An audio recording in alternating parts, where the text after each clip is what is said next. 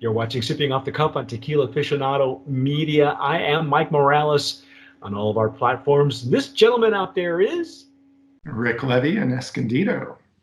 Rick, and I are going to be tasting, dissecting, and discussing this particular tequila, Sesion.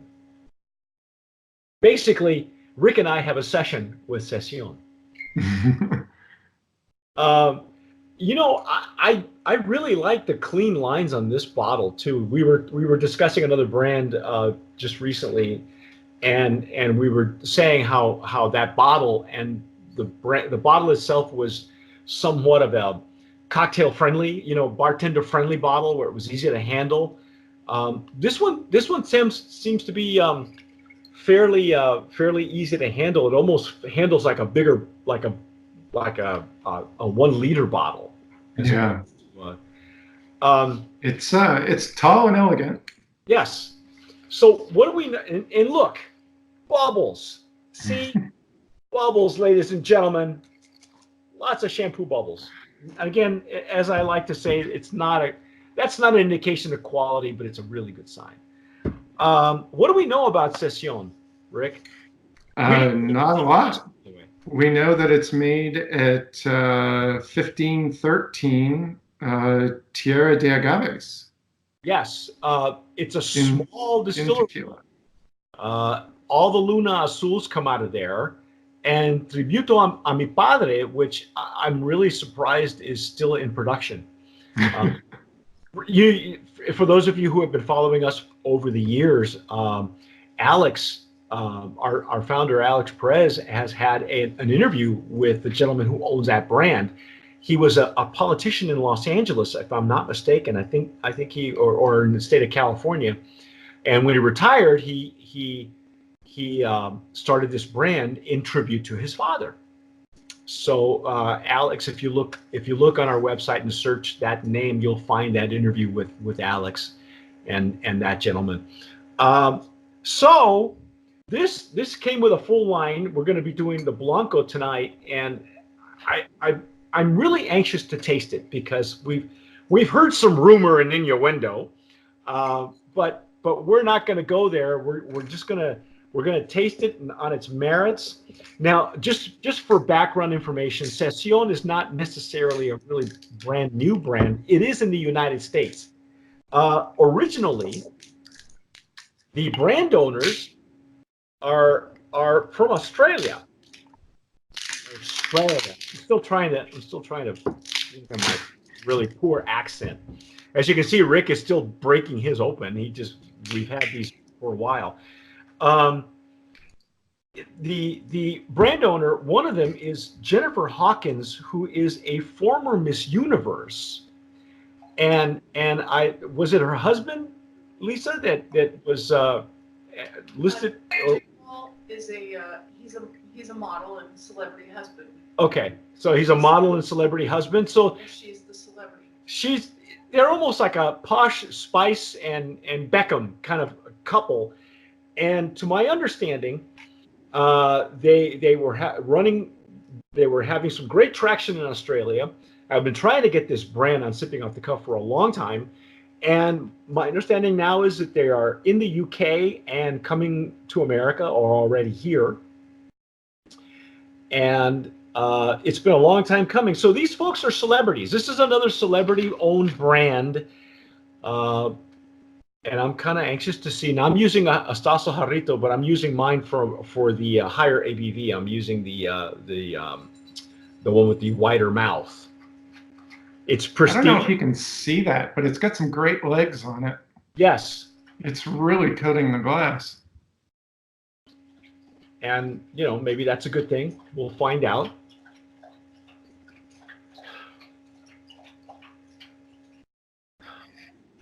It's got a bright nose. Yeah. It's different. It's not the... We received no information on the brand. I don't know. Do they have a website? I'm sure they do, but I'm not sure what kind of what their process is. It's a small distillery, folks. So it's as I said, Luna Azul is their primary account at this small distillery. So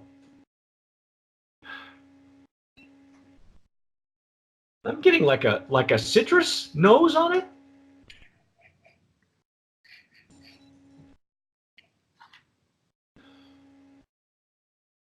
Made to last. This is a story with a twist. A story about premium tequila, the 100% blue agave kind. Marketing, marketing, marketing. As you can hear, see Rick is a big fan of it. Where under the watchful eye of the oldest dynasty of distillers, Sesion is born and made to last. Well, they're referring to the Orandines there. The Orandines? Is this an Orandine? No. No, they're not. So who are they talking about? I don't know. Again, we did not receive information. We both of us were laughing off camera of how we received this shipment. Mine was wrapped in bubble wrap with a slap of the label on it.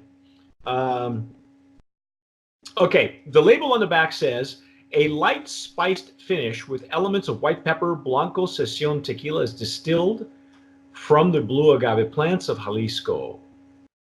And that's it. So the Blanco and Reposado got some hardware in San Francisco in 2016. What they got silver. Silver? Yeah. The Mocha took gold, apparently. Yes, we have a Mocha tequila that we're going to taste later on. Oh, so the dynasty they're talking about is the Beckmans. Oh, no, okay. Well, that makes sense. Wait a second. Hang on. I see. Tierra de Agaves is the Beckmans. This is a distillery that it's owned by a distant relative of the Beckmans, who are the Jose Cuervo family. That explains a lot. But Tierra de Agaves, I think, didn't they have the information that I remember from Tierra de Agaves is that they were an offshoot looking to do more craft style tequilas away from the mass-produced industrial types of tequilas. And so I'll go with that. I'll go with Tierra de Agaves. It's been a while since I've heard that brand mentioned, and it's been a long time since I've had actually Luna Azul and any of its newer iterations. But there's almost like what else are you getting on the nose? I'm getting like a mango. Why am I getting like a fruit on the side of my glass? And I'm not using the tequila jarrito. I'm using the much wider mouth. But I'm having a hard time side, pulling I it up. got like a mango or an orange. It's a much sweeter smell. And I shouldn't have to dig deep for this, but I want to make sure I'm smelling what I'm smelling. I smell mangoes, dude. I smell fruit.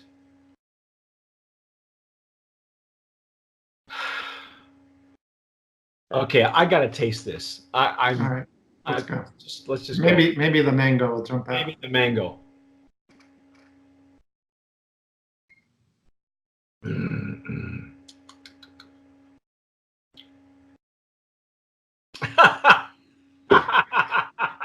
I'm not getting any mango. What are you getting? You first. You show me yours, I'll show you mine. So what I almost said is when we were checking out the nose is that I was something about the aromas felt dry to me. Okay. And then when it hit my palate, it was kind of confirmation of that. I got a little bit of bloom of spice on the back of the palate, and then it dissipated pretty quickly. Okay, but you're not getting any fruit at all. No, like maybe a little bit of citrus on the nose. Okay. Here's what I got at first pass. All right, I'm going to be totally honest. That mango, that fruit sweetness came through on the flavor almost initially for me. Really? Yes. And as it exploded in mid palate, there was an explosion of some pepper, maybe. The finish is short to medium. It's a decent finish, but then I kind of I smacked my my tongue against my palate, and I got this cloying aftertaste from what I am believing to be a mango substance. Huh. Yeah, this doesn't taste natural to me. I think it's worth further investigation. I think Rick, do me a favor. I know have you got your wider mouth Yeah. Stossel? Could Hang you on a pour second. that into the wider mouth if you don't mind? See, he's actually got this new bar, Rick does, where I know he looks like a Muppet that disappeared underneath there he is. He went downstairs, folks, to go grab his glassware. Yeah. And I just humor me. All right. Because So here's the wide mouth Stossel Jarrito, the one we typically use for mezcal or higher proof tequilas. right. It's, to me, there's something off-putting about this on the initial pass. Oh. Wow. Yeah. Did you get it? Yeah. See? Right away. How interesting. Go ahead, take a sip. All right, let me try that. Well, if you gotta spit, we're all about using the right technique here. So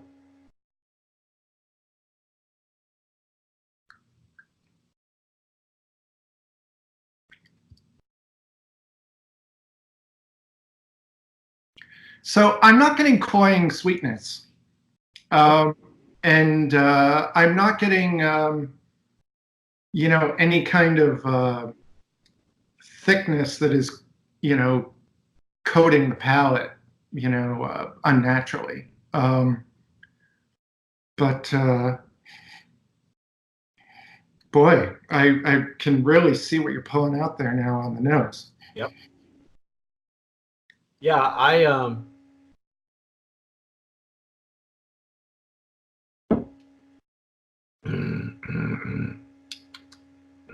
oh no. Nope. Nope, nope, nope. There's something I'm sensing artificially under the sides of my tongue that is it tastes like an artificial sweetness, and I think it has something to do with that mango that you finally They're doing some we kind have- of rectification. Yeah, there's something going on. Okay, off camera, we looked at the gnome list and we saw which brands are coming out of there. One of those brands, Luna Azul, is listed or supposedly listed, or is alleged to be made more in keeping with traditional tequilas, whereas Sesion, from the same distillery, is alleged to be industrialized. I'm surprised. People for people who may not know,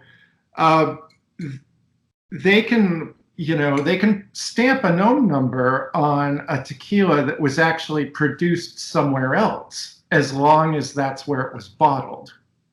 Well, yeah, that's just it. The gnome number isn't necessarily, just to reiterate and to say in other words, the gnome number is not necessarily where a tequila is produced, only where it is bottled.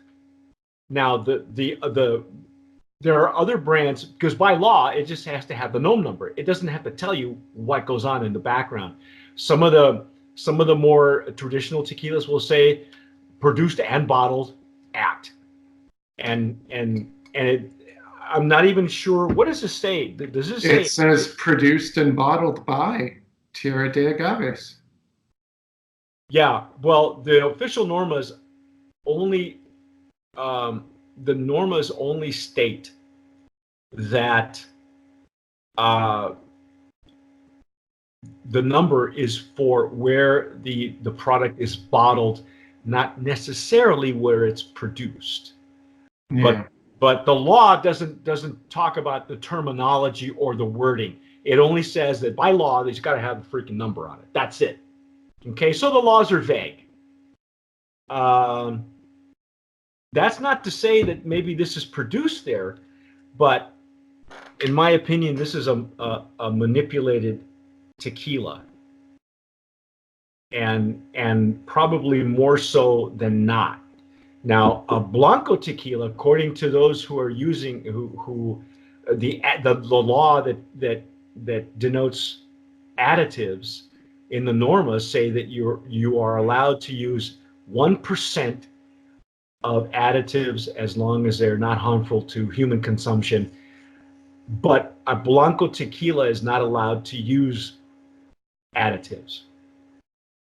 Right. Just from the way this tequila is reacting to my palate, I have to go on record and say that this is a manipulated tequila. I'm not sure if it is industrialized or not. It's not behaving like an industrialized tequila, because I'm getting bubbles. But again, bubbles is it's not an indicator of quality, but it's a good sign. So what I will say for certain is that there's some sort of fruit additive. Now, that's not to say that this is a bad thing, because you guys might like it. I mean, it's probably made for the cocktail industry. And if that's the case, put it in a screwdriver, put it in a, It's something I could mix with, and I wouldn't have any issues with it. But there's a lot of other tequilas out there that you could recommend for the same thing. Yeah. It's probably not a profile I would recommend, for sipping neat. Yeah. Yeah, that I agree. Now, it's, if it is doctored, it's certainly not as offensive as some other doctored tequilas that we have. There are some Blanco tequilas that have that 1% kind of, they overdid it with that 1%. This was actually very subtle, and unless you're using the right glassware, or what to pick out, or you just got lucky because I used we're both using Stossel Jarritos. You'll probably won't catch it, but I did on my, just to be totally transparent. It stuck. It was a bit cloying, not super cloying like we've had with some of the aged tequilas you and I have tasted before, where we had to spit it out because it's so bad. This one was there, but it's quite subtle. And it's probably well within the 1%, except for the fact that it's a Blanco tequila and it doesn't belong there. So that's it. That's my take. I can't personally nominate this as a brand of promise. I think Rick, you'll agree with me. It's not up to a standard that you would look at. But again, not to say that some of you may have had it already. Some of you may have liked it. And you're probably using it for cocktails. So if that's the case, I'd really be interested to know more about that process. Like, are